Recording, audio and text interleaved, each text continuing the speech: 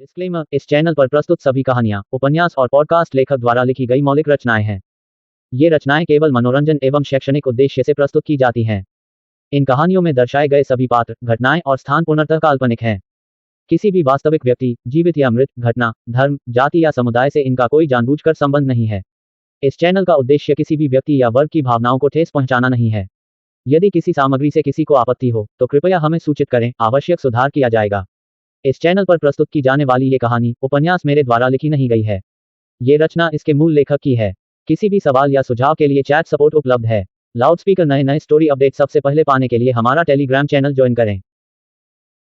CH16 young genius Rehan Mishra. Akshat उस 15 से 16 साल के लड़के को देख रहा था, जो कि वेटर का काम कर रहा था। वो सोचता है, अगर यह मेरी दुनिया में हो रहा होता, तो बाल शोषण अधिनियम के तहत खीर चंद्र को 5 से 6 साल की सजा हो जाती। लेकिन इस दुनिया में ऐसा कुछ नहीं बना है। यहाँ तो पावरफुल व्यक्ति अपने से कमजोर को मार भी दे, तो कोई कुछ भी नहीं बोलने वाला, चाहे गलती भले ही पावरफुल पसंद की क्यों ना हो। लेकिन ये तभी हो पाएगा जब उस कमजोर के पीछे कोई पावरफुल पसंद ना हो। खीर चंद कहते हैं, ये यहाँ फिर से आ गया। ये हमेशा ही इस बेचारे वेटर को परेशान करता रहता है, और जब मैंने अपने इस वेटर की मदद करने की कोशिश की, तो उसने मेरी मदद लेने से मना कर दिया, ये कहकर कि यह उसका मैटर है, तो आप बीच में ना पड़े। तो मैंने भी बीच में पढ़ना बंद कर दिया। वैसे भी ये यंग लोगों का मैटर था। वो लड़का जिसने कि ये सब किया था, वो एक शैतानी हंसी के साथ कहता है, अरे क्या ये रेहान मिश्रा नहीं है, जो मिश्रा फैमिली का सबसे बड़ा यंग जीनियस लड़का है? तुम यहाँ इस जैसे होटल में क्यों काम कर रहे हो? अपनी स्थिति को देखो, तुम नीचे फर्श को साफ कर रहे हो, कहाँ तुम मिश्रा फैमिली के जीनियस हो? ये सुनकर उसके साथ आए लड़के रेहान के ऊपर हंसने लगते हैं। तभी उससे दूरी पर दो लोग बैठे थे, जो अक्षत के करीब ही थे। अक्षत उन दोनों की बातें बड़े आराम से सुन सकता था। वो दोनों लोग बातें करते हैं, रेहान मिश्रा। ये मिश्रा फैमिली का सबसे जीनियस लड़का था, जो मात्र 10 साल की उम्र में ही मार्शल लेवल 3 पर पहुंच गया था, जबकि लोगों को उस लेवल पर पहुंचने में 15 से 16 साल लग जाते हैं।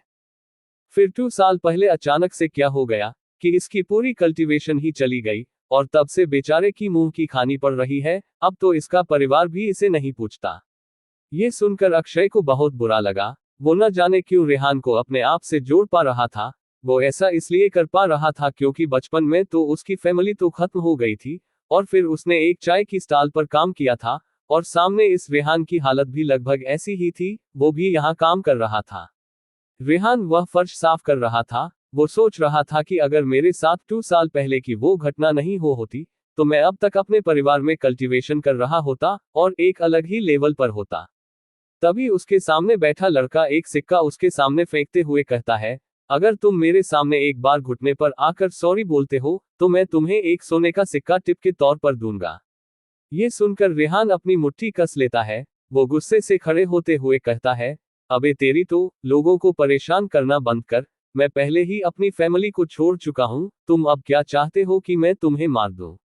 इतना कहकर रेहान पीछे मुड़कर जाने लगता है। वो लड़का कुर्सी से उठते हुए चिल्लाता है, तुम रुको यहाँ, तुम मुझे धमकी दे रहे हो? तुम्हें मेरे हाथों मरना है क्या? तुम्हारी औकात भी है मुझे धमकी देने की?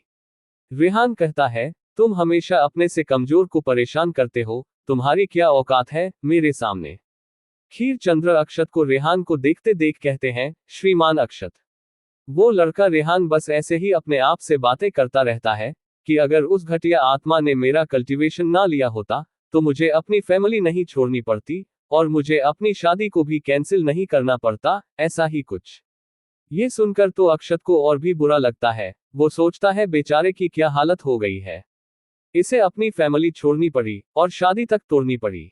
दरअसल यहाँ पर जो बच्चे बचपन से ही जीनियस होते हैं, अक्सर बड़ी फैमिली उस फैमिली के साथ अपनी एलायंस बनाने के लिए अपने बेटी या बच्चों की शादी का कॉन्ट्रैक्ट कर लेते, और सही समय आने पर शादी हो जाती। ऐसा दोनों की तरफ होता था, चाहे वो लड़का हो या लड़की। अक्षत कहता है, लगता है इसका दिमाग थोड़ा डिस्टर्ब हो गया है। खीर चंद्र कहता है, आप ये सब छोड़िए, आप उस टेबल पर बैठ जाइए, मैं अभी आपके लिए कुछ अच्छी सी डिश भेजवाता हूँ। अक्षत जैसे ही दूसरी तरफ मुड़कर उस टेबल की तरफ जाने वाला था कि रेहान के कंधे हल्के से अक्षत से टकरा जाते हैं। रेहान तुरंत ही अक्षत को सॉरी बोलता है। लेकिन तभी उसके शरीर से एक आत्मा एक झटके के साथ बाहर आ जाती है। ऐसा लग रहा था कि उसे बाहर फेंक दिया गया हो। वो आत्मा अक्षत को देखकर घबरा जाती है। वो डर से कांप रही थी। वो तुरंत ही वहां से तेजी से भाग जाती है। उसके जाते ही रेहान को महसूस होता है कि जिस आत्मा ने उसके शरीर पर कब्जा किया था वो अब जा चुका है। उसके शरीर जो थोड़ा अकड़ा हुआ था वो खत्म हो चुका है। यूज बहुत फ्री महसूस हो रहा था। वो ये देखकर खुश हो जाता है। इसी के साथ वो चिल्लाता है, मैं वापस से सही हो गया, भगवान मेरे साथ है, अब मुझे ऐसे काम नहीं करना होगा। ये कहते हुए उसके आंखों और नाक से पानी आ रहा था। अक्षत सामने ये नजारा देख रहा था। वो तो समझने की कोशिश कर रहा था कि अभी अभी ये लड़का खुश होकर हंस रहा था, फिर यह अचानक से रोने क्यों लगा। वो सोचता है लगता है ये बहुत उदास है, मुझे इसकी मदद करनी चाहिए। कुछ दुनिया की शब्द बोलूंगा जो मैंने अपने यहाँ कई बड़े बड़े साधु संतों को बोलते देखा है। वो रेहान को उठाता है। रेहान अक्षत को देखता है और फिर सोचता है वह आत्मा मेरे इनसे टक्कर से डर कर चली गई। इसका मतलब ये जरूर कोई बहुत बड़े पावरफुल पर्सन है। इन्होंने मुझे परेशानी में देखा होगा तो मेरी मदद की। वो तुरंत ही घुटने पर आते हुए अपना सिर जमीन पर पटकते हुए तेज आवाज में कहता है, आपका बहुत बहुत धन्यवाद सर। मैं यह आपका एहसान कभी नहीं भूलूंगा, आप बहुत अच्छे हैं। अक्षत तो उसे अपने सामने ऐसा करते देख चौंक कर 2 कदम पीछे चला जाता है। उसे तो समझ नहीं आया कि इस लड़के को आखिर हो क्या गया है जो यह अपना सिर जमीन पर पटक रहा है। कहीं ये पागल तो नहीं हो गया है या फिर इसने कोई सस्ते नशे तो न कर लिए। हो सकता है कि इसका दिमाग पूरा खराब हो गया हो। रेहान अब भी अक्षत को थैंक यू किए जा रहा था तो अक्षत कहता है, अरे मैं तो बस तुम्हारी मदद करने की कोशिश कर रहा था, तुम ऐसे क्यों कर रहे हो। तुम्हें मेरे सामने ऐसे से झुकने की जरूरत नहीं है। क्या तुम ठीक हो, चलो अब उठ भी जाओ। इतना कहकर अक्षत तो अपना हाथ आगे कर देता है। रेहान अपना सिर ऊपर करता है। वो देखता है कि सामने खड़ा पर्सन बड़े ही प्यार से अपने हाथ उसकी तरफ फैलाए हुए है, मानो वो ये कह रहा हो कि कोई बात नहीं, तुम्हें पूरी दुनिया ने छोड़ दिया है तो क्या हुआ, मैं तुम्हारे साथ हूं, मैं तुम्हें नहीं छोड़ूंगा, एक बार तुम मेरा हाथ तो थामो। ये देखकर तो उसकी आंखों से नदियां बहने लगी। अक्षत तो अब उसे घबरा कर देखने लगता है। वो कहता है, क्या हुआ, मैंने कुछ गलत कर दिया क्या। रेहान अपने आंसू पोंछते हुए कहता है, नहीं, आप बहुत अच्छे हैं। अक्षत के चेहरे पर स्माइल आ जाती है। ये देखकर तो रेहान को ऐसा लगा कि कोई उसे मिल गया है जो उसका साथ दे रहा है। उसकी मुस्कान तो किसी देवता से कम नहीं है जिसमें दुनिया की खुशी छुपी हुई है और कुछ रहस्य भी। रेहान अक्षत का हाथ पकड़ लेता है और उसके सहारे उठने लगता है। CH-17 Rehan vs Ajay. रेहान जब उठ रहा था तो उसे महसूस हुआ कि कुछ तो गड़बड़ है यहाँ पर। तभी वो समझ जाता है कि क्या गड़बड़ है। वो सोचता है क्या इन महान व्यक्ति के अंदर कोई भी कल्टीवेशन नहीं है, ऐसा कैसे हो सकता है।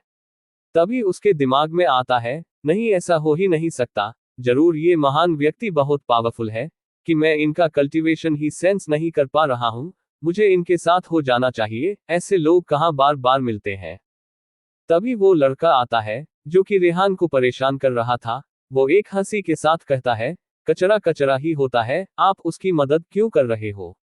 तुम उसकी मदद करके अपना सम्मान नीचे क्यों गिरा रहे हो, कहीं तुम भी कोई कचरा तो नहीं। इतना कहकर वो जोर जोर से हंसने लगता है। ये सुनकर तो रेहान को गुस्सा आ जाता है। उसने उसकी इंसल्ट की कोई बात नहीं, पर वो ऐसे किसी दूसरे को कैसे इसमें इन्वॉल्व कर सकता है। और इसने उसकी इंसल्ट जिसने की उसकी मदद की, ये तो उसके ईगो पर आ गई थी। रेहान गुस्से से कहता है, अजय तुम मेरी इंसल्ट कर सकते हो लेकिन इनकी नहीं। अजय एक शैतानी हंसी के साथ कहता है, अब मुझे एक कुत्ता समझाएगा कि मुझे क्या करना चाहिए और क्या नहीं। तुम दोनों कचरा हो कचरा, तुम आखिर मेरा क्या ही कर लोगे। तुम्हारी अब वो औकात मेरे सामने नहीं है जिस पर तुम इतनी बड़ी बड़ी बातें कर रहे हो। तभी अक्षत रेहान के कंधे पर हाथ रखते हुए कहता है, तुम शांत हो जाओ, ऐसे गुस्सा मत करो, पहले तुम्हें अपने हाथ में लगी चोट के बारे में सोचना चाहिए, इसमें से खून बह रहा है। ये चोट रेहान को ग्लास के से लग गई थी जब वो सफाई कर रहा था। उस समय वो काफी गुस्से में था तो उसका इस पर ध्यान ही नहीं गया, लेकिन अब जब वो इसे देख रहा है तो ये चोट उसे काफी दर्द दे रही थी। अक्षत तो उसे एक पिल निकाल कर देता है और कहता है, इसे खा लो, शायद इससे तुम्हें कुछ आराम मिल जाए और ये खून बहना भी बंद हो जाए। रेहान सोचता है, मुझे एक महान पसंद से यही उम्मीद थी, कि वो इन छोटे मोटे झगड़ों में पड़ते ही नहीं है, उनके लिए तो ये सब सिर्फ दो चींटियों में हो रही लड़ाई है बस। रेहान वो पिल देखता है, वह पिल काले रंग की काफी मामूली सी दिख रही थी, उसमें तो एनर्जी का एक कतरा तक उसे महसूस नहीं हुआ, और वो देखने में बहुत ही भद्दी थी, मतलब उसे कोई खाना ही नहीं चाहेगा, उसको देखकर ही किसी को उल्टी आ जाए। लेकिन रेहान को अक्षत पर भरोसा हो गया था, आखिर उसने उसकी पहले भी तो मदद की थी, वो जैसे उस पिल को अक्षत से लेता है, वैसे ही वो अपने घुटने पर आ जाता है। उसे घुटने पर फिर से आता देख अक्षत चौंक जाता है, उसे नहीं लगा था कि कोई सिर्फ एक मामूली सी पिल देने पर उसका ऐसे धन्यवाद करेगा। अक्षत कुछ भी सोचे, लेकिन बात तो ये थी कि ये पिल इतनी भारी थी कि रेहान तो उसका वजन ही नहीं संभाल पा रहा था, और वो नीचे बैठ गया। यूज नहीं लगा था कि ये एक मामूली सी भद्दी दिखने वाली पिल में इतना वजन होगा कि वो उसे उठा ही नहीं पाएगा। वो अक्षत को बड़े ही हैरानी से देख रहा था, उसे तो हैरानी इस बात की हो रही थी कि सामने खड़ा व्यक्ति उसे ऐसे लिए हुए था मानो कि वो एक चींटी से भी हल्की हो। वो अब उसे निगलने में देर नहीं करता, और जैसे ही वो पिल उसके शरीर में घुलना शुरू करती है, उसके अंदर अपार शक्ति का अनुभव होता है। ऐसा लग रहा था कि उसके शरीर में एनर्जी की सुनामी आ गई हो, जो उफान मार रही हो। वो अब उस एनर्जी को अपनी बॉडी में दबा ही नहीं पा रहा था, उसे अब ऐसा लगने लगता है कि उसकी बॉडी अब फटने वाली है। वो सोचने लगता है कि आज एक महान व्यक्ति ने उसकी मदद की, लेकिन वो उनकी मदद को संभाल ही नहीं पाया, और अब वो इस प्रकार से मरने वाला है। सच में मेरी जिंदगी ऐसे ही खत्म होने वाली है। मुझे तो अभी बहुत कुछ करना था, शादी भी करनी थी, अभी तक तो मैंने किस भी नहीं की है। वो अब हार मानने ही वाला था कि तभी अक्षत उसके कंधे पर हाथ रख देता है, उसे उठाता है, और कंधे पर थपथपाते हुए कहता है, तुम्हें ऐसा करने की कोई जरूरत नहीं है, तुम बस अपने आप पर फोकस करो, और अपने अंदर की एनर्जी को सही जगह पर लगाओ। अक्षत के ऐसा करने से वह एनर्जी की सुनामी बैलेंस हो जाती है। अक्षत के कहने का कुछ और मतलब था, लेकिन रेहान को समझ आया कि वो उसे गाइडेंस दे रहे हैं। वो अब अपनी अंदर की उस एनर्जी पर फोकस करके उसे अपने बॉडी में सर्कुलेट करने लगता है, तो उसे अक्षत के कहने का पूरा मतलब समझ आ जाता है। भले ही अक्षत ने वो दूसरे मतलब में कहा हो, वो अक्षत को फिर से धन्यवाद करता है। उसे अब अक्षत पर पूरा भरोसा हो गया था, उसका तो मन कर रहा था कि वो अक्षत के पांव धोकर उसे पी ले। रेहान अब अजय की तरफ गुस्से से देखते हुए चिल्लाता है, मैंने तुम्हें सालों पहले एक बार हराया था, और आज मैं फिर से तुम्हें हारने वाला हूं, तो तैयार हो जाओ, तुम हमेशा मेरे नीचे ही रहोगे। ये सुनकर तो अजय को गुस्सा आ जाता है। वहां जो लोग इन दोनों को झगड़ा करते देख रहे थे, वो बातें करना शुरू करते हैं, अरे रेहान कहीं पागल तो नहीं हो गया है, अरे तुम पहले स्ट्रांग थे, लेकिन अब नहीं, तुम अजय का सामना ही नहीं कर पाओगे, वो अब मार्शल लेवल 3 के शीर्ष पर है। और तुमने तो अपना कल्टीवेशन ही खो दिया लगता है, ये सच में पागल ही हो गया है। अभी देखना कैसे इसकी सारी अकड़ चली जाती है, जब इसे अजय से मुंह की खानी होगी। अजय एक मुट्ठी कसते हुए आगे बढ़ने लगता है, उसके ऐसे आगे बढ़ने से ऐसा लग रहा था कि जैसे कोई शेर अपने शिकार पर हमला कर रहा हो, उसके पंच में एनर्जी कंडेंस हो रही थी। रेहान भी पीछे नहीं था, उसने भी अपनी मुट्ठी बनाई और उसके मुट्ठी पर दे मारी। कुछ टूटने की आवाज के साथ अजय उड़ता हुआ जा दीवार से टकरा गया, उसके टकराने से दीवार पर उसकी आकृति बन गई थी। वो अब जोर से चिल्लाने लगता है, मेरा हाथ, मेरा हाथ। उसके हाथ की सारी हड्डी टूट चुकी है। रेहान की तो अपने पावर पर यकीन ही नहीं हो रहा था कि यह उसने अभी अभी किया है। सभी लोग तो उसकी ये पावर देखकर जम से गए थे, उन्हें तो यकीन नहीं हुआ कि वो लड़का जिसकी कल्टीवेशन जा चुकी थी, वो फिर से उतना पावरफुल बन गया। जो लोग अब तक उसका मजाक बना रहे थे, वो अब ये कह रहे थे, मुझे पता था इस लड़के में जरूर कुछ न कुछ तो बात है। रेहान तो अब अक्षत के सामने फिर से अपना सर पटकते हुए धन्यवाद करने लगता है। अक्षत तो बार बार उसे ऐसा करते देखा अजीब सा फेस बना देता है। रेहान अक्षत से कहता है, प्लीज मुझे आप अपना स्टूडेंट बना लीजिए। ये सुनकर अक्षत कहता है, हे बच्चे, कहीं तुम्हारा दिमाग खराब तो नहीं हो गया है, उसमें कहीं चोट तो नहीं लग गई है, जो तुम ऐसी बहकी बहकी बातें कर रहे हो। मैं एक मामूली इंसान हूँ, कोई कल्टीवेटर नहीं, जो तुम मुझे अपना टीचर बनना चाहते हो। ये सुनकर तो रेहान को एक बड़ा झटका लगता है, उसने तो ये उम्मीद ही नहीं की थी। वो सोचता है, क्या ये महान व्यक्ति अपने आप को एक मामूली इंसान बता रहे हैं? क्या ये अपने आप को लो प्रोफाइल रखना चाहते हैं? इस स्थिति में मैं इनको ऐसा कुछ करने को नहीं कह सकता हूँ। तभी खीर चंद्र अक्षत के पास आकर कहता है, अरे श्रीमान अक्षत, चलिए हमने कुछ नई डिश तैयार की है, उसे ट्राई कर लीजिए। रेहान अपना सिर झुकाते मुस्कुराते हुए सोचता है, अक्षत सर, आज से आप ही मेरे टीचर हैं। आपने जो मेरी मदद की है मैं उसे हमेशा याद रखूंगा। इस एहसान को तो मैं चुका नहीं सकता, लेकिन मैं हमेशा आपकी तरफ रहूंगा, चाहे जो हो जाए। इतना सोचकर वो वहां से जाने लगता है। अब उसके अंदर एक अलग ही कॉन्फिडेंस था। वो सोचता है, अब चलकर अपनी फैमिली में माँ और पिताजी से मिल लूं, वैसे भी उनसे मिले मुझे काफी समय हो गया है। वो अब जाने लगता है। उसके सामने ही बेचारा अजय दर्द से कहर रहा था। अजय उसे देखकर डर रहा था, उसके अंदर डर दिल में बैठ चुका था रेहान से। रेहान एक नजर उसको देखकर वहां से चला जाता है। वो रास्ते में था। वो सोचने लगता है कि 2 साल पहले वो एक बार बीस्ट हंटिंग के लिए जंगल गया था। वहां उसे एक गुफा मिली तो वो बिना कुछ जाने समझे उस गुफा में चला गया। वहां उसने कई लाश देखी, जो कि सभी कंकाल में बदल चुकी थी। और तभी उसकी नजर एक कंकाल पर पड़ी, जिसके हाथ में एक स्टोरेज रिंग था। तो उसने सोचा, क्यों ना वो स्टोरेज रिंग ले लिया जाए, शायद उसमें उसे कोई खजाना या टेक्निक मिल सकती है, जिससे वो अपनी कल्टीवेशन को और बढ़ा लेगा। वो जैसे ही उस स्टोरेज रिंग लेने के लिए उसे टच किया, तभी एक आत्मा निकलकर उसके शरीर में घुस गए, जो उसकी बॉडी पर कब्जा करने लगी। लेकिन रेहान की आत्मा भी कमजोर नहीं थी, तो वो आत्मा रेहान की आत्मा को बाहर निकालकर उसकी बॉडी पर कब्जा नहीं कर सकी। लेकिन वो उसके कल्टीवेशन को घटाने लगी, जिसकी वजह से उसका कल्टीवेशन चला गया। और जब मिश्रा फैमिली में सबको पता चला कि उसकी कल्टीवेशन खत्म हो चुकी है, तो उसे कोई भी ढंग से ट्रीट नहीं करता था, बस उसके माँ पिताजी को छोड़कर। जब उसकी कल्टीवेशन घट गई थी, तो उसने अपनी शादी के कॉन्ट्रैक्ट को भी खत्म कर दिया। हालांकि ना ही वो ये चाहता था और ना ही उसकी फियांसी ये चाहती थी कि उन दोनों की शादी का एग्रीमेंट खत्म हो जाए। उसकी फियांसी उसे प्यार करती है, वो उससे तब भी शादी करना चाहती है, भले ही उसकी कल्टीवेशन क्यों ना चली गई हो। लेकिन रेहान ने अपने दिल पर पत्थर रखकर ये शादी का कॉन्ट्रैक्ट तोड़ दिया, क्योंकि वो अपनी फियांसे की जिंदगी बर्बाद नहीं करना चाहता था। वो यही सब सोचते हुए चले जा रहा था। अब वो आज की घटना के बारे में सोचने लगा कि कैसे उसकी कल्टीवेशन पावर लौट आई है, वो भी और भी पावर के साथ। CH18 आत्मज्ञानी मिश्रा फैमिली हाउस। रेहान अपनी फैमिली में पहुंच गया था। उसे वापस से वहां देखकर तो सभी ताने मारने शुरू कर देते हैं। कोई कह रहा था, अरे देखो ये कचरा यहाँ फिर से आ गया। कोई कह रहा था, अरे ये तो कितना शर्मनाक बात है कि तुम अभी तक जिंदा हो, तुम्हें तो अब तक मर जाना चाहिए था, तुम तो हमारे फैमिली के नाम पर कलंक हो। हाँ, बात तो सही है। इसके जैसा बेकार मेंबर हमारे पूरे फैमिली में नहीं है। हमारे फैमिली में तो बड़े बड़े महान महान कल्टीवेटर हुए हैं, इसके जैसे कचरा नहीं। एक और ने कहा, यही लोग जब वो जीनियस था तब उसकी गुणगान करते थकते नहीं थे, और 2 साल से तो सब उसे देखना तक नहीं चाहते हैं। रेहान ने ये सब तब भी सुने थे, जब वो मिश्रा फैमिली को छोड़कर जा रहा था। उस समय वो बहुत दुखी था, और इन शब्दों में उसे और भी दुख दिया था।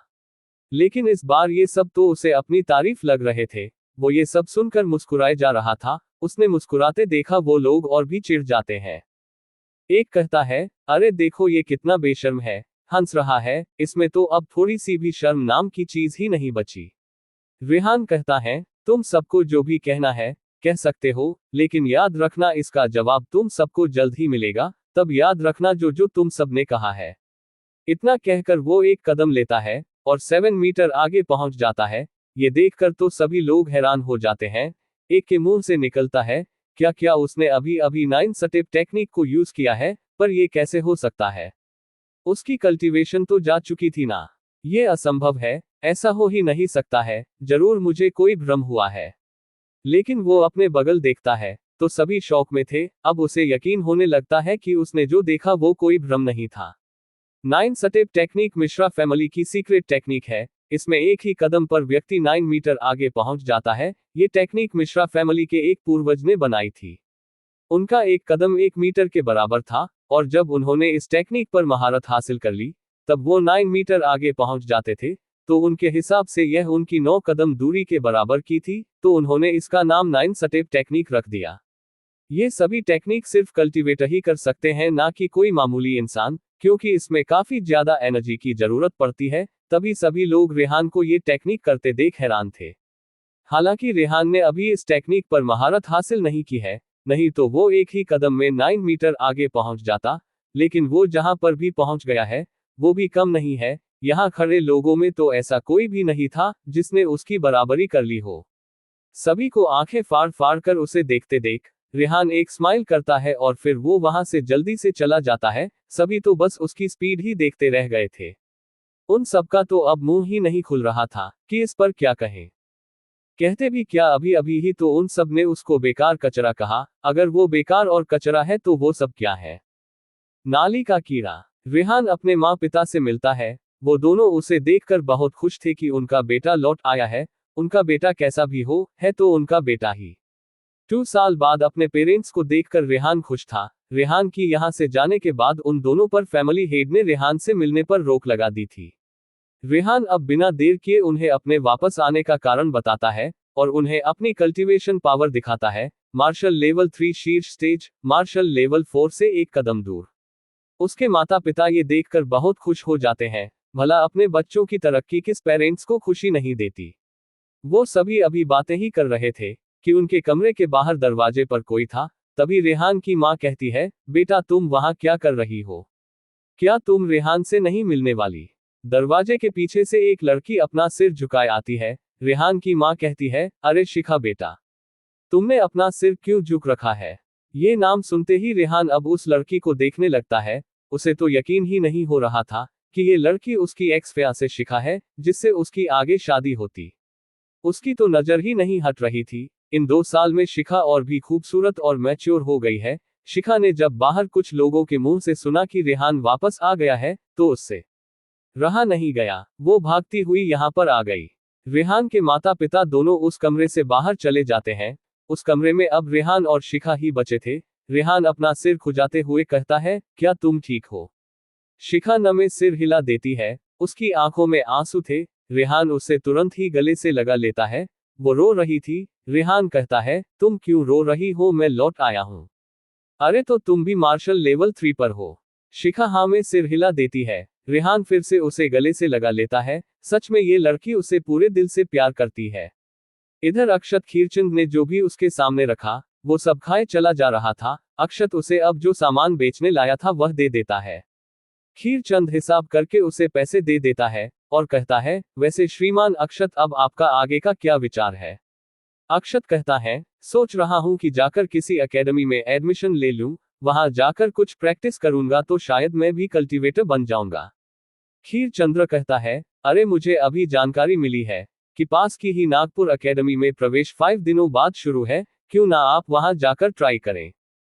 ये सुनकर तो अक्षत की आंखों में चमक आ जाती है। वो खुश होते हुए कहता है, क्या सच में? तब तो मुझे अपनी तैयारी करनी चाहिए। खीरचंद्र कहता है, हाँ क्यों नहीं। अक्षत अब वहां से जाने लगता है। वो खीरचंद्र को पैसे दे रहा था, वो उसे लेने से मना कर देता है। वो कहते हैं, श्रीमान आप क्यों मुझे शर्मिंदा कर रहे हैं? लेकिन अक्षत फिर भी टेबल पर पैसे रख कर चला जाता है। उसका तो यही सिद्धांत था कि किसी का भी फ्री में कुछ भी नहीं लेना चाहिए। वो काफी खुश होकर जा रहा था क्योंकि उसे आज एकेडमी के बारे में पता चला। वो अब एकेडमी में जाने के सपने देखने लगता है। वो जब रास्ते में था, जंगल का रास्ता काफी सुनसान था। उसका वहां पर कुछ डाकू इंतजार कर रहे थे। ये डाकू पहले मार्केट में घूमते रहते और जब उन्हें कोई अच्छा खासा पैसे वाला मुर्गा मिल जाता तो वो उसे अपना टारगेट बनाकर जल्दी से सारी जानकारी निकाल लेते कि उसकी कल्टीवेशन पावर क्या है वगैरह वगैरह। और आज तो एक अजीब व्यक्ति जो अक्षत के बारे में पूछ रहा था और उसके बाद गायब हो गया था, वो इन्हीं डाकुओं में से एक था। उन सबको पता चला कि अक्षत के पास तो कोई कल्टीवेशन पावर ही नहीं है, मतलब जीरो कल्टीवेशन। ये सुनकर तो उन सबको हंसी आ जाती है। अब तो उन सब ने उसे ही टारगेट कर लिया था। अक्षत तो बेचारा रास्ते पर चले जा रहा था। उसे क्या पता था कि उसे लूटने का प्लान बनाया जा रहा है। उन डाकुओं का लीडर कहता है, अगर हम इसे मार भी दे तो कोई ज्यादा फर्क नहीं पड़ने वाला है। यह है तो एक मामूली इंसान ही, तो क्यों ना मैं इस पर आत्मा अटैक करके एक ही बार में खत्म कर दूं। इससे बेचारे को ज्यादा दर्द भी नहीं होगा। सभी लीडर की बातों में हाँ मिलाते हैं। उनका लीडर उनके ग्रुप में सबसे पावरफुल था। वो एक आत्मज्ञानी या कहें आत्मज्ञ था। आत्मज्ञानी वो लोग होते हैं जो आत्मा कल्टीवेशन को तो करते हैं, लेकिन आत्मिक क्षेत्र बढ़ाने की बजाय वो एक दूसरा अलग रास्ता चुनते हैं। वो अपनी आत्मा को कल्टीवेट करना शुरू करते हैं। आत्मज्ञानियों को यहाँ अच्छी नजर से नहीं देखा जाता है क्योंकि ये लोग बहुत ही क्रूर होते हैं, उनकी बॉडी के मरने पर भी उनकी आत्मा सुरक्षित रहती है, तो फिर ये किसी दूसरे व्यक्ति के शरीर में घुस जाते हैं और उसकी आत्मा को या तो बाहर कर देते हैं या फिर उसे खत्म करके अपने अंदर ही सोख लेते हैं। ऐसा ही रेहान के साथ भी था। वो जो आत्मा थी वह भी किसी आत्मज्ञानी की आत्मा थी, जिसने कि रेहान के शरीर पर कब्जा करने की कोशिश की। हालांकि रेहान की आत्मा कमजोर न होने के कारण वो उसे ना निकल पाई, नहीं तो रेहान कब का मर चुका होता। ये तरीका बहुत ही नीच माना जाता है और यह लोग आत्मा अटैक करने में माहिर होते हैं। मतलब कि यह अपने शरीर से अपनी आत्मा बाहर निकाल सकते हैं और फिर उस आत्मा के जरिए वो अपने दुश्मन पर हमला करके उसकी आत्मा को मार देते हैं। और ऐसे किसी को पता भी नहीं चलता कि आखिर सामने व्यक्ति की मौत कैसी हो गई। आत्मा को वैसे भी कोई देख नहीं सकता था, बस कुछ पावरफुल कल्टीवेटरों को छोड़कर। वो लीडर कहता है, ठीक है, तुम लोग मेरी बॉडी को देखभाल करना, मैं अभी उसे खत्म कर देता हूं। इतना कहकर वो वहां बैठ जाता है और अपनी आत्मा निकालकर अक्षत की तरफ बढ़ जाता है। वो अक्षत को देखकर कहता है, अब तो तू गया। इतना कहकर वो उसके शरीर में घुस जाता है। वो जैसे ही घुसता है तो वो कुछ देख नहीं पाता, लेकिन जैसे ही उसे दिखाई देना शुरू होती है तो उसकी तो आत्मा ही कांप जाती है। CH-19 लीडर मारा गया। उन डाकुओं के लीडर की आत्मा जैसे ही अक्षत के शरीर में घुसी, वो तो कांप गया था। वो देखता है कि वो तो किसी ऐसे स्थान पर पहुंच गया है जहां पर दूर दूर तक कुछ भी दिखाई नहीं दे रहा है, चारों ओर बस सन्नाटा था, सन्नाटा। वो सोचने लगता है कि यह मैं कहां आ गया हूं। वहां वो अब घूमने लगता है। उसे वहां से बाहर जाने का भी रास्ता नहीं मिल रहा था और ना ही उसे ये पता चल पा रहा था कि वो यहाँ आया कैसे। वो सोच रहा था कि मैं इस लड़के के बॉडी में ही हूं या फिर कहीं और ही मैं चला गया, क्या ऐसा हो सकता है। ऐसा लग रहा था कि वो अनंत आकाश में चल रहा हो, जिसका कोई छोर ही ना हो। बाहर तो सभी डाकू अपने लीडर की बॉडी को लेकर अक्षत के पीछे पीछे छुपकर चल रहे थे। अक्षत तो पूरा मस्ती में चल रहा था। एक कहता है, लीडर इतना टाइम क्यों लग रहे हैं, उन्हें तो अब तक इसे खत्म कर देना चाहिए था, ऐसा पहले तो कभी नहीं हुआ। अरे तुम चिंता क्यों करते हो, हमारे लीडर बहुत पावरफुल है, उन पर तुम्हें शक है क्या। उन्होंने तो एक बार एक मार्शल लेवल 7 के बीस्ट को भी आत्मा अटैक करके मार दिया था, तो ये किस खेत की मूली है। दूसरे ने कहा, नहीं, मैं तो बस ऐसे ही कह रहा था, काफी समय बीत गया है न, इसलिए मुझे भी अपने लीडर पर पूरा भरोसा है। पहले वाले ने कहा। इधर उस लीडर की आत्मा चलते जा रही थी कि तभी उसे सामने कुछ दिखाई दिया। अक्षत की आत्मा जो आंखें बंद करके ऊपर तैर रही थी, बिल्कुल शांत। वो कहता है, तो मैं बिल्कुल सही जगह पर हूँ। एक सेकंड, क्या ये इसका आत्मिक क्षेत्र है इतना बड़ा। नहीं, ये तो कल्टीवेशन कर ही नहीं सकता। तो आत्मिक क्षेत्र की बात ही छोड़ दीजिए, ये कुछ और ही, इसके बारे में मुझे भी नहीं पता है, छोड़ो, मुझे इससे क्या। मैं जो काम करने आया था वो कर लेता हूँ। इसके चक्कर में मेरी बहुत एनर्जी लॉस कर दी है, अब और नहीं तो बच्चे मेरे हाथों मरने के लिए तैयार हो जाओ। इतना कहकर वो अपनी एनर्जी से एक खंजर बनाकर अक्षत की आत्मा को मारने के लिए बढ़ जाता है। वो उसके पास पहुंचकर उसे मारने ही वाला था कि उसे कुछ गड़बड़ होने का महसूस होता है। वो जैसे ही नीचे देखता है तो उसकी आत्मा ही खत्म होने लगी थी। वो अब घबरा गया था, ऐसा पहले उसके साथ कभी भी नहीं हुआ था। उसकी आंखों में अब डर था। वो डर भरी आंखों से सामने देखता है तो अक्षत की आत्मा अभी वैसी की वैसी थी, शांत और तैर रही। लेकिन उसकी हालत खराब होते जा रही थी। वो तो यहां से भाग भी नहीं पा रहा था। वो जोर जोर चिल्लाने लगता है, लेकिन उसकी कोई भी सुनने वाला नहीं था। वो चिल्ला रहा था, उसकी आत्मा खत्म हो रही थी, बस चेहरा ही बाकी था कि वो जैसे ही पीछे देखता है तो उसे दो चमकते लाल डरावनी आंखें देख रही थी। वो और कुछ भी देख पाता कि उसकी पूरी आत्मा ही जलकर खत्म हो जाती है। जाते जाते भी उसकी आंखें खुली की खुली रह गई थी। उसने ऐसा कभी डरावना मंजर अपनी जिंदगी में नहीं देखा था। वो इसे अपने मरते दम तक याद रखा। इसके साथ उसकी पूरी आत्मा एनर्जी बनकर अक्षत की आत्मा में मिल जाती है। ऐसा होते ही अक्षत बड़बड़ाता है, अचानक से मुझे इतना अच्छा क्यों महसूस हो रहा है। ऐसा लग रहा है कि सारी थकान मिट गई हो, शायद खाने का असर अब हो रहा है। और वो डाकू जैसे ही अपने लीडर की बॉडी देखते हैं तो उसके मुंह से खून आ रहा था और वो मर चुका था। सभी अपने लीडर का मारा देख घबरा जाते हैं। उन्हें तो इस पर यकीन ही नहीं हो रहा था कि ऐसा भी कुछ हो सकता है। वो अक्षत को देखने लगते हैं, जो खुशी खुशी रास्ते पर चल रहा था। उन सबको तो अब अक्षत किसी शैतान से कम नहीं लग रहा था, जिसने उनके सबसे पावरफुल लीडर को मार दिया। वो भी बिना कुछ ज्यादा किए, बस रास्ते में चलते चलते ही। वो कितना डरावना होगा, डरावना ही नहीं, शैतान है वो, शैतान। वो अब अपने लीडर की बॉडी को लेकर भागने लगते हैं। उन्हें अब अपनी जान नहीं गंवानी थी इस शैतान के हाथों। वो सभी बस एक ही बात दोहराए जा रहे थे, हम डाकू थोड़ी है, हम तो बस मामूली लोग हैं, हम तो बस यहाँ से गुजर रहे थे, हमें जाने दीजिए। इतना बड़बड़ाने के बाद वो लीडर की बॉडी को भी वहीं फेंक देते हैं। झाड़ियां में हलचल का सुनकर तो अक्षत घबरा जाता है। उसे लगा कि कहीं कोई जंगली बीस्ट उस पर हमला तो नहीं करने वाला है। तभी झाड़ियां से कोई बाहर आता है। उसे देखकर तो अक्षत का अजीब से चेहरा बन जाता है। वो कहता है, हो रे टॉमी तुम। क्वोट। टॉमी तुरंत ही अपनी पूंछ हिलाते हुए अक्षत के चारों ओर घूमने लगता है। अक्षत उसे सहलाते हुए कहता है, अरे मैंने तुम्हें कितनी बार कहा है कि ऐसे इतनी दूर खेलते हुए मत आया करो, यहाँ बहुत से खतरनाक जंगली बीस्ट रहते हैं, वो तुम्हें खा जाएंगे, समझे। अक्षत तो टॉमी की ठीक वैसे ही समझा रहा था, जैसे पेरेंट्स अपने बच्चों को किसी चीज को करने या अकेले घूमने के लिए मना करते हैं, वो भी उन्हें भूतों के बारे में बताकर। अक्षत कहता है, तुम यहाँ पर हो तो काला कौवा भी यही कही होगा। टॉमी उस तरफ देखने लगता है जिस तरफ से वो आया था। वहां कुछ जलने की धुंध उठ रही थी, तो टॉमी अक्षत का बैग खींचते हुए आगे ले जाने लगता है। दरअसल उन सभी डाकुओं को टॉमी ने खत्म कर दिया था। लीडर तो पहले ही मारा जा चुका था, और बाकी को वो खत्म कर देता है। ऐसे लोगों को जिंदा रहने का कोई हक नहीं था। इन सब ने काफी गलत काम किए थे, लूटना तो इनका मुख्य काम था। और सबसे बड़ी गलती तो इन सब ने ये कर दी कि उसके मास्टर को ये सब मारने और लूटने वाले थे। अरे सोचा भी कैसे, यही सब सोचकर टॉमी ने उन सबको एक ही झटके में खत्म कर दिया, और उन सब का ठिकाना काला कौवा लगा रहा था, उन्हें राख बनाकर। वो अपनी गोल्डन फ्लेम की मदद से उन्हें जलाकर राख कर देता है, और इसी का धुंध वहां पर उठ रहा था। तभी काला कौवा भी कांव कांव करते हुए आकर अक्षत की कंधे पर बैठ जाता है, और अपने सिर को अक्षत के गर्दन से रगड़ने लगता है, मानो वो अपना प्यार अक्षत को दिखा रहा हो। अक्षत कहता है, हाँ हाँ बस बस, चलो घर सब, आज मैं तुम दोनों के लिए बहुत सारे खाने का सामान लेकर आया हूँ। तभी काला कौवा एक स्टोरेज रिंग अक्षत को दे देता है। ये स्टोरेज रिंग उसे उस लीडर के हाथों में मिली थी। अक्षत वो स्टोरेज रिंग को देखने लगता है, और कहता है, ये तो काफी अच्छी लग रही है, चलो मैं इसे अपने नाम पर कर लेता हूँ। किसी स्टोरेज रिंग में अंदर देखने की या फिर उसका मालिक बनने के लिए उस पर अपनी एक बूंद खून डालना पड़ता है। इसके बाद आप उसके मालिक बन जाते हैं, और इस पर से पुराने मालिक का स्वामित्व हट जाता है। अक्षत ने ऐसा ही किया। उसने इसके बारे में कहीं पढ़ा था। वो अब अपनी खून का एक बूंद जैसे ही उस स्टोरेज रिंग पर डालता है, वो 4 टुकड़ों में टूट जाती है।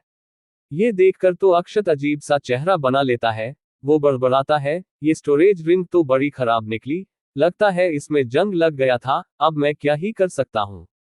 इतना कहकर वो उसे वही गिरा देता है। उस स्टोरेज रिंग में उस लीडर की सारी कमाई की और कुछ टेक्निक्स वगैरह की मैनुअल थी, लेकिन रिंग टूटने के साथ वो सब बर्बाद हो चुकी थी।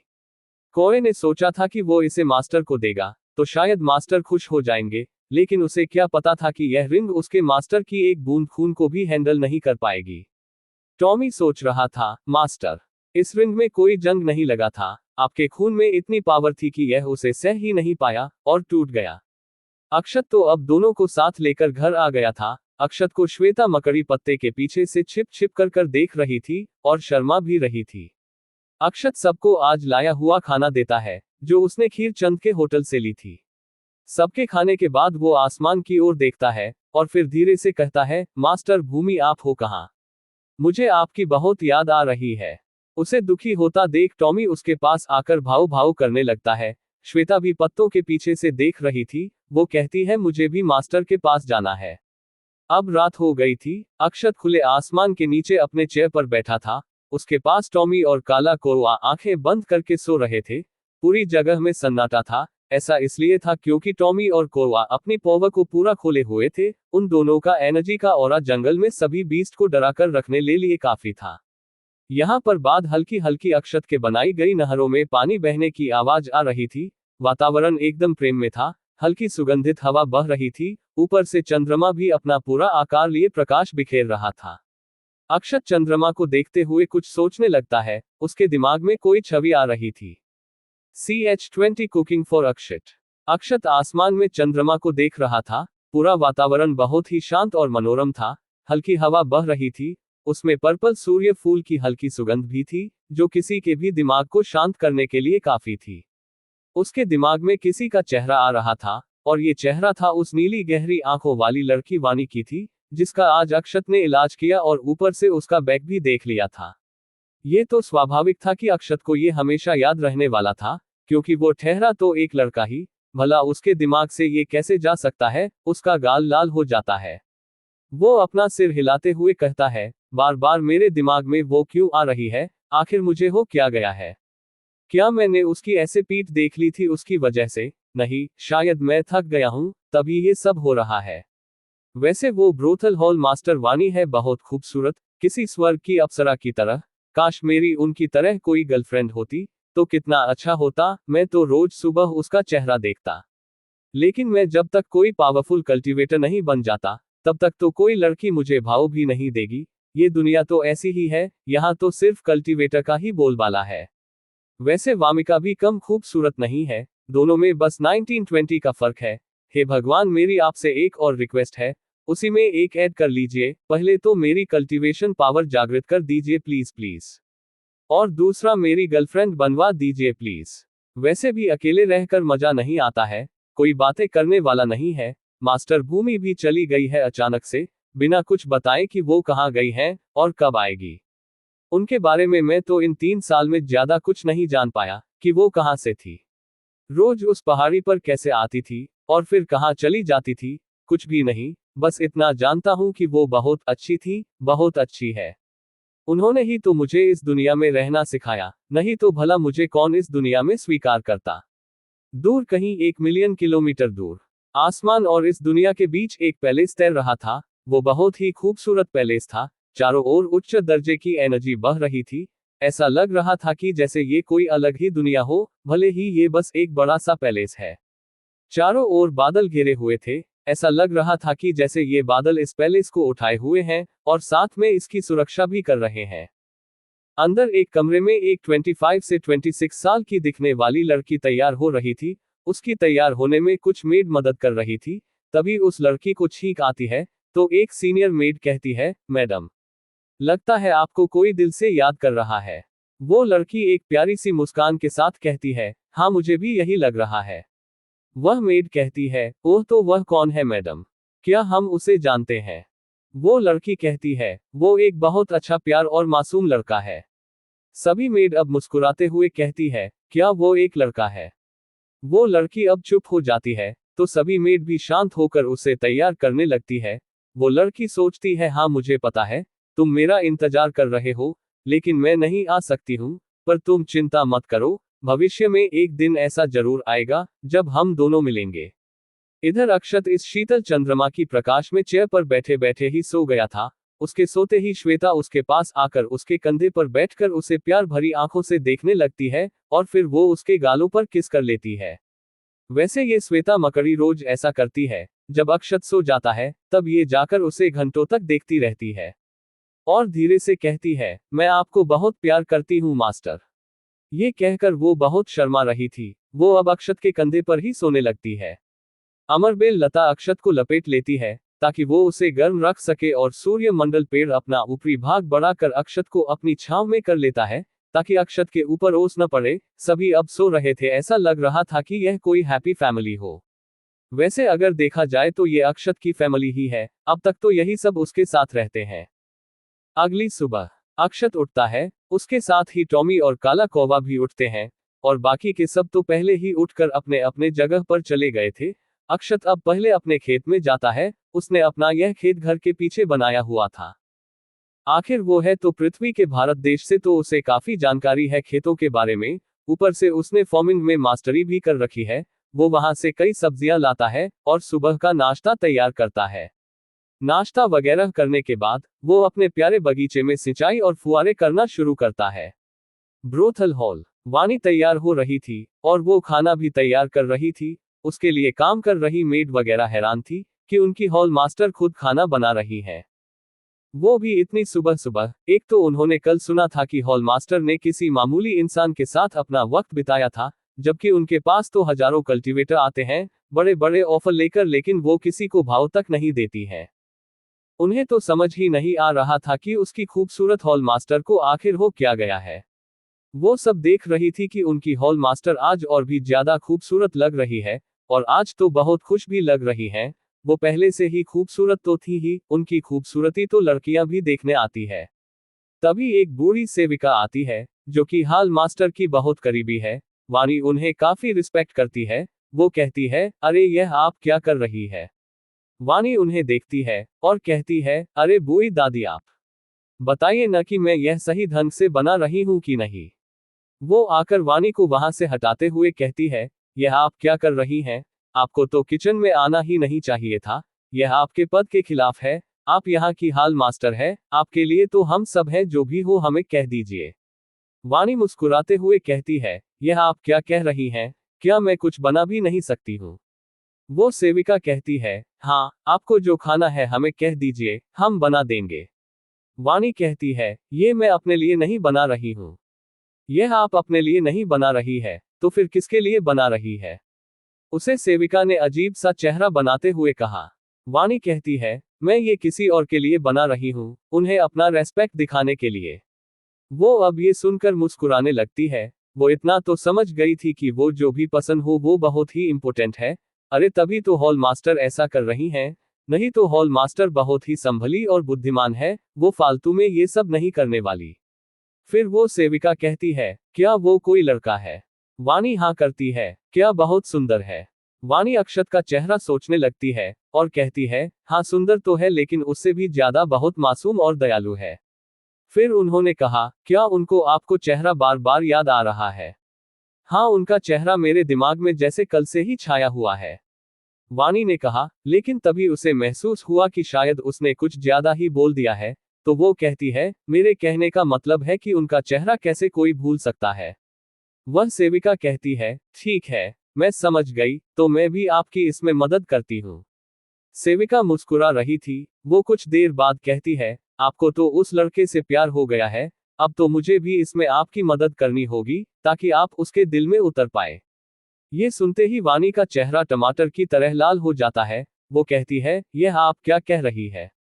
जैसा आप सोच रही है, वैसा कुछ भी नहीं है। भला मुझे एक दिन में किसी से प्यार क्यों होने लगा। वो हंसते हुए कहती है, अब आप चाहे माने या ना माने, आपको प्यार तो हो गया है। प्यार तो बस हो जाता है एक दिन या 100 दिन, इससे कोई मतलब नहीं होता है। तो आप क्या उससे मिलने जा रही है। वाणी सोचती है, इनका दिमाग बूढ़ी होने के कारण खराब हो गया है। मुझे भला एक दिन पहले मिली व्यक्ति से कैसे प्यार हो सकता है। हाँ, इनका दिमाग सही नहीं है, तभी ये ऐसे बहकी बहकी बातें कर रही है। वाणी कहती है, हाँ जा रही हूँ, इसलिए सोचा कि उनके लिए कुछ बना कर ले चलूं, हो सकता है ये उनको पसंद आए। हाँ अच्छी बात है, वैसे भी हर व्यक्ति का दिल का रास्ता पेट से होकर जाता है। सेविका ने कहा। वाणी वो पैक हुआ खाना लेती है और वहां से जाने लगती है। वो सोच रही थी कि मैं यहाँ जितना समय रहूंगी यह दादी मुझे उतना ही तंग करती रहेंगी। वाणी जब बाहर आ रही थी किचन से, तो सभी उसे देख देख कर बातें कर रही थी। अरे हाल मास्टर खुद किसी के लिए खाना बना कर ले जा रही हैं, वो लड़का कितना लकी होगा। वाणी ये सुन लेती है। वो बस अपनी एनर्जी की एक लहर छोड़ती है, तो सभी के दिमाग के परखच्चे उड़ जाते हैं। सभी एकदम चुप। वाणी सोचने लगती है, मेरे खाना ले जाने से वो लकी नहीं है। लकी तो मैं हूं जो उनसे मिल पाई और उन्होंने मेरा इलाज किया, नहीं तो अब भी मैं हर रात उसे जहर की वजह से दर्द में होती है। वो यही सब सोचते हुए वहां से निकल जाती है। Like, subscribe, and turn on notifications for RK Novels Podcast.